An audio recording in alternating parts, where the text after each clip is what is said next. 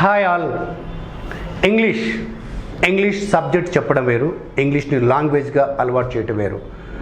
If you see the last 2 decades, the people who want to learn English, the number has been increased drastically. And millions of people are looking to learn English. చాలామంది Telugu medium నుంచి వచ్చామండి, మేము స్కూల్లో ఇంగ్లీష్ని నేర్చుకున్నది గుర్తులేదండి, English medium నుంచి వచ్చినా మాట్లాడడానికి రావట్లేదండి, ఇలాంటివి మనం తరచుగా వింటూ ఉంటాం. ఇప్పుడున్న కాంపిటేటివ్ వరల్డ్లో మనకి కార్పొరేట్ సెక్టర్ ఒక అద్భుతమైన అవకాశం ఇస్తుంది. మన దగ్గర ఒక్క స్కిల్ ఉన్నా బతికేయచ్చు, టెక్నికల్గా ఏది ఉన్నా సరే.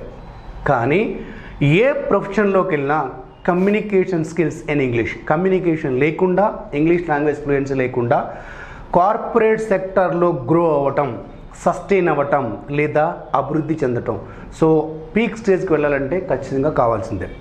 మరి అంత ప్రాముఖ్యత ఉంది కాబట్టే మనకి ఎల్కేజీ నుంచి ఇంగ్లీష్ బోధించడం జరుగుతుంది. టీచర్స్ చెప్తున్నారు, స్టూడెంట్స్ నేర్చుకుంటున్నారు, ఎగ్జాంపుల్స్ రాస్తున్నారు, ఎగ్జామ్స్ రాస్తున్నారు, 10/10 మార్క్స్ కూడా వస్తున్నాయి. కానీ మాట్లాడలేకపోతున్నారు.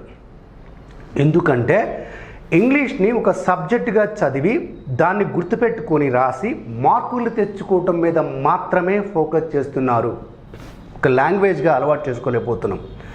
మనం గమనించినట్లయితే మనం తెలుగు నేర్చుకున్నప్పుడు టెన్సెస్ బైహార్ట్ చేయలేదు, టెన్సెస్ టేబుల్ వేసుకోలేదు, అసలు చదవడం రాయడం రాకముందే తెలుగు నేర్చుకున్నాం. అంటే ఒక లాంగ్వేజ్ నేర్చుకోవడానికి చదవడం రాయటం అవసరం లేదని అప్పుడు నిరూపించాం. మరి చదవడం వస్తుంది, రాయడం వస్తుంది, అద్భుతమైన మార్కులు వస్తాయి, మాట్లాడలేకపోతున్నారంటే మనతో మాట్లాడించే సిస్టమ్ మిస్ అవుతుంది. ఇప్పుడు ఈ వీడియో లక్ష్యం ఏంటంటే, ఒక టీచర్గా లేదా ఒక ట్రైనర్గా ఒక స్టూడెంట్ తోటి ఇంగ్లీష్ అర్థమయ్యేటట్టు చెప్పడం, మాట్లాడాలి అనిపించే విధంగా మోటివేట్ చేయడం, మాట్లాడడానికి ఎటువంటి స్టెప్స్, ప్రాక్టీస్ చేయడానికి ఎటువంటి స్టెప్స్ చేయాలో ఈ వీడియోలో చేయబోతున్నాం. సో ఒకటి, to understand the process of learning. Number 2, to motivate them to speak English. Number 3, to give the steps to speak in English. ఈ 3 స్టెప్స్ చేయబోతున్నాం. సో మనకి టెన్సెస్ అనగానే టెన్షన్ పడిపోతాం మనం. అమ్మో ఎందుకు అలా జరుగుతుందంటే, స్కూల్ లెవెల్లో, కాలేజ్ లెవెల్లో ఎవరైతే ఇంగ్లీష్ టీచ్ చేస్తున్నారో అందరూ కాదు, కొంతమంది simple tenses, continuous tenses, perfect tenses, perfect continuous tenses, active voice, positive voice, direct speech, indirect speech, adjectives, ఇలా రకరకాలు చెప్పి స్టూడెంట్కి ఎక్కడ లేని భయం పెడతారు. వామ్మో జీవితంలో గ్రామర్ జోలికి వెళ్ళకూడదు, నాకు గ్రామర్ రాదు, అందుకే నేను మాట్లాడలేకపోతున్నా. మీరు 3rd క్లాస్కి టీచ్ చేయండి, 1st క్లాస్కి టీచ్ చేయండి, ముందు సింప్లిఫై చేయండి. ఇది కష్టమైంది కాదు. టెన్స్ అంటే టైం తెలుస్తుంది, టెన్స్ అంటే టైం తెలియచేస్తుంది. మనకి 3 కాలాలు ఉన్నాయి: present, past, future. Present, past, future. Present tense, past tense, future tense. ఇందులో ఎక్కువగా ఉపయోగించే వాటిని ముందు అలవాటు చేసి తర్వాత అందులో సబ్ డివిజన్స్, కంటిన్యూస్, ఇవన్నీ చూసుకోవచ్చు. ఈరోజు ఈ వీడియోలో సింపుల్ పాస్ట్ గురించి చెప్తున్నాను. సింపుల్ పాస్ట్ పేరులోనే సింపుల్ అని ఉంది కాబట్టి ఆ సింపుల్ అనే దాన్ని వాళ్ళ మైండ్లోకి చూపించాలి. సింపుల్ పాస్ట్ ఒకసారి స్ట్రక్చర్ చూద్దాం. ఏముంటుంది? Subject plus V2 plus complete the sentence. Simple past రావాలంటే పాస్ట్ ఫార్మ్ ఆఫ్ వర్బ్ వస్తే చాలు. సింపుల్ పాస్ట్ రావాలంటే పాస్ట్ ఫార్మ్ ఆఫ్ వర్బ్ వస్తే చాలు. ప్లస్ పాస్ట్ సంబంధించిన పదాలు yesterday, last week, last month, last year, ఇలాంటి పదాలు తెలిస్తే సింపుల్ పాస్ట్ వచ్చినట్టే. మరొకసారి స్ట్రక్చర్ చూద్దాం. Subject plus V2 plus complete. ఇక్కడ సెకండ్ ఫార్మ్ ఆఫ్ వర్బ్ రావాలి. ఇంకొక విచిత్రం ఏంటో తెలుసా? సింపుల్ పాస్ట్లో అన్ని సబ్జెక్ట్కి ఇదే రూల్ వస్తుంది. మీరు ప్రజెంట్ తీసుకుంటే సబ్జెక్ట్ని బట్టి వర్బ్ తర్వాత ఎస్ అడ్జెక్ట్ ఇలాంటివి వస్తాయి. ఫ్యూచర్ తీసుకుంటే విల్, షల్ 2 ఆప్షన్స్ ఉన్నాయి. బట్ పాస్ట్లో అలా లేదు. అన్నిటికీ సెకండ్ ఫార్మ్ ఆఫ్ వర్బ్ వస్తే చాలు. I attended meeting yesterday. Attend అనేది సెకండ్ ఫార్మ్, అటెండెడ్ అనేది చాలు. ఎస్టర్డే అనేది ఖచ్చితంగా టైం చెప్తున్నాం. షీ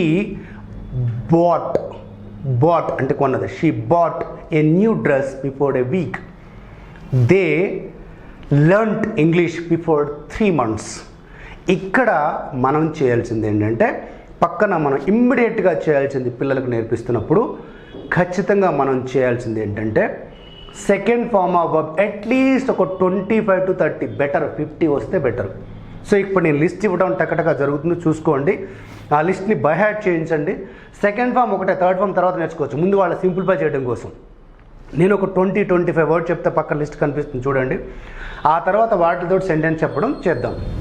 ఇప్పుడు మనం ఏం చేస్తున్నాం, సెకండ్ ఫామ్ ఆఫ్ వర్బ్ చెప్పేటప్పుడు కూడా బంబాస్టిక్ వర్డ్స్ కాదు, మనం పొద్దున్న నుంచి ఎక్కువగా ఉపయోగించే పదాలు నేర్పిస్తే మాట్లాడడానికి అనువవుతుంది. లేవడం వేకప్ వోకప్, కూర్చోవడం సిట్ సాట్. నేను థర్డ్ ఫామ్ చెప్పట్లేదు, నా తర్వాత నేర్చుకుందాం. నిలబడడం స్టాండ్ స్టూడ్, మాట్లాడడం స్పీక్ స్పోక్, నేర్చుకోవడం లెర్న్ లెర్న్డ్, ఆలోచించడం థింక్ థాట్, రెడీ అవడం గెట్ రెడీ గాట్ రెడీ.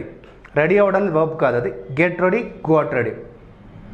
తినడం ఈట్ ఏట్, తాగడం డ్రింక్ డ్రాంక్, రాయడం రైట్ రోట్, తుడుచుకోవడం వైప్ వైప్డ్, బయటికి వెళ్ళడం వెంట్ గో వెంట్, రావడం కమ్ కేమ్, ప్రారంభించడం బిగిన్ బిగాన్, ప్రాక్టీస్ చేయడం ప్రాక్టీస్ ప్రాక్టీస్డ్, క్వశ్చన్ వేయడం ఆస్క్ ఆస్క్డ్, చెప్పడం టెల్ టోల్డ్, కొనసాగించడం కంటిన్యూ కంటిన్యూడ్, పడుకోవడం లే laid down lay down laid down, laid అంటే స్పీడ్గా చెప్తాం. నిద్రపోవడం స్లీప్ స్లెప్ట్, ఊడ్చడం స్వీప్ స్వెప్ట్. ఇలా ఈ పదాలతోటే మనం చెప్పిస్తాం. సో వర్బ్ ఫామ్స్ వచ్చినాయి, స్ట్రక్చర్ గుర్తుండిపోయింది. రూల్ నెంబర్ 1, అన్నిటికీ ఒకటే ఫామ్ ఉంటుంది. సెకండ్ ఫామ్ వస్తే చాలు, పాస్ట్ టైం. ఇప్పుడు ఏం చేయాలంటే చిల్డ్రన్ యాక్టివిటీగా ప్రొద్దున నుంచి సాయంత్రం వరకు, పడుకునే దగ్గర నుంచి లేచేంత వరకు ప్రతి సెంటెన్స్ నేను చెప్తాను, అదే పక్కన కూడా వస్తుంది. ఇది విన్న తర్వాత ప్రతి స్టూడెంట్ అది చెప్పగలగాలి.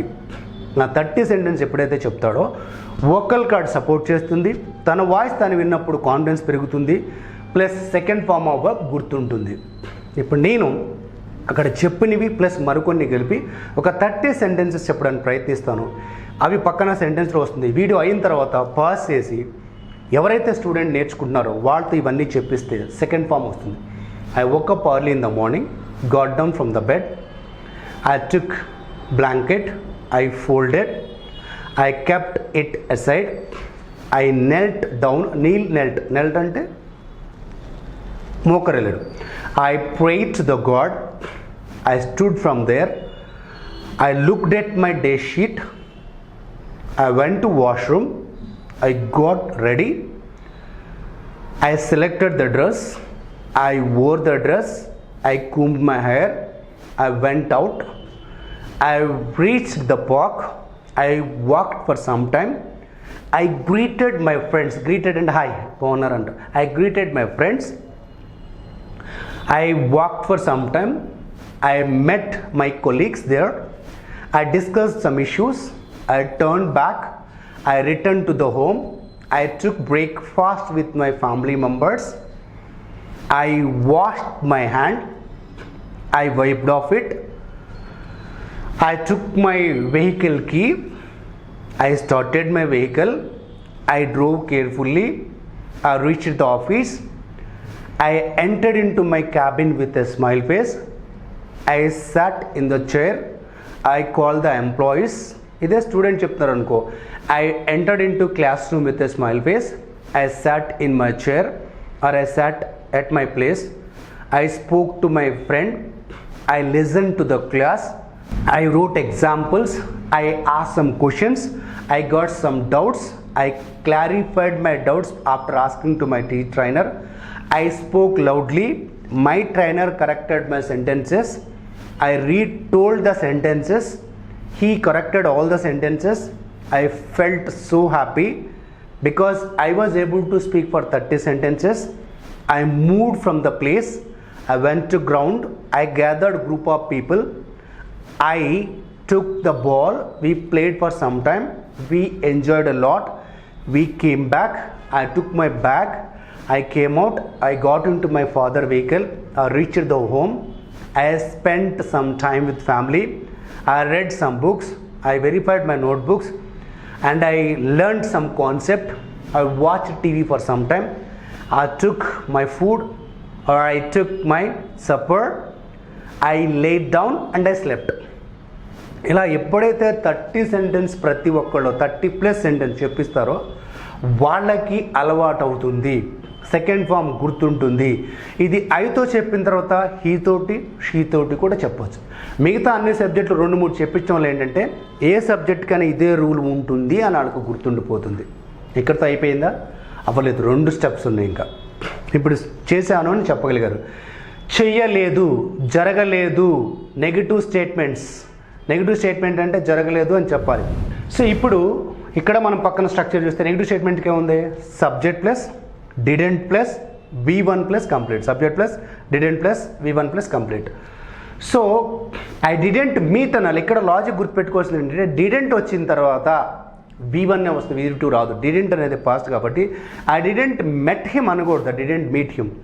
సో ఇందాక ఏదైతే స్టేట్మెంట్ చెప్పామో వాటన్నిటిని ముందు ఒక 10 ఎగ్జాంపుల్ చెప్తాం. I didn't wake up, she didn't support me, they didn't learn properly, we didn't practice. ఇక్కడ సెంటెన్స్ చూస్తున్నారు కదా పక్కన. ఇవి అయిన తర్వాత ఏం చేయాలంటే ఆపకుండా స్టేట్మెంట్ ప్లస్ నెగిటివ్ స్టేట్మెంట్ పిల్లలకి చెప్పించాలి. ఇక్కడ ఏమవుతుంది? స్టేట్మెంట్ చెప్పేటప్పుడు V2 వస్తుంది, నెగిటివ్ స్టేట్మెంట్ చెప్పేటప్పుడు V1 వస్తుందని గుర్తుకోవాలి. I woke up early in the morning, I didn't wake up early in the morning. ఇక్కడ వోకప్ అండర్లైన్ అవుతుంది చూసారా? డిడెంట్ తర్వాత V1 ఉంది, ఐ వేకప్ వస్తుంది, అది చూసుకోండి. She came to class, she didn't come to class. I took the notebook, I didn't take the notebook. I understood the concept, I didn't understand the. ఇప్పుడు మళ్ళీ ఒక 30-40 సెంటెన్స్ చెప్పడం వల్ల సెకండ్ ఫామ్ ఆఫ్ వర్బ్ వస్తుంది. Negative స్టేట్మెంట్లో ఖచ్చితంగా V1 వస్తుంది. Didn't వస్తే present ఫామే వస్తుంది అని ఖచ్చితంగా అర్థమవుతుంది. ఇది చేయడానికి ఒక 20 నిమిషాలు ప్రాక్టీస్ పడుతుంది. కొంచెం స్లోగా ఉన్నవాళ్ళు అయితే ఒక 30 మినిట్స్ పడుతుంది. ఎప్పుడైతే ఇలా మనం ప్రాక్టీస్ చేస్తామో 100% రిజల్ట్ వస్తుంది. ఎందుకంటే తెలియడం వేరు, అర్థం చేసుకోవటం వేరు, ఆ ఎగ్జాంపుల్స్ రాయటం వేరు, ఎగ్జాంపుల్స్తో పాటుగా చెప్పడం వేరు. నా వాయిస్, నేను మాట్లాడేది నలుగురు వింటున్నారు అన్నప్పుడు అప్పటి కూడా ధైర్యంగా చెప్పడం గొప్ప విషయం. ఇంకా అవసరమైతే ఎవరైతే భయపడుతున్నారో వాళ్ళు మోటివేట్ చేసి ముందుకు తీసుకొచ్చి క్లాస్ రూమ్లో అందరి ముందు నిలబడి చెప్పిస్తే ముందు ఆ స్టేజ్ ఫియర్ పోతుంది. అతను 4 సెంటెన్సెస్ చెప్పనివ్వండి, చెప్పిన తర్వాత ఆ నేను చెప్పగలనే ఫీలింగ్ ఎప్పుడైతే వస్తుందో నెక్స్ట్ స్టెప్ ఇంకా ఎక్కువగా పార్టిసిపేట్ చేయగలుగుతారు. సో స్టేట్మెంట్ చెప్పాము, నెగిటివ్ స్టేట్మెంట్ చెప్పాము. ఇప్పుడు నెక్స్ట్ స్టెప్ ఏం చేస్తున్నాం అంటే క్వశ్చన్స్ అడుగుతున్నాము. ఈ ప్రాక్టీస్ చేపిద్దాం, ప్రతి ఒక్కరిని అనర్గళంగా ఇంగ్లీష్లో మాట్లాడిపిద్దాం.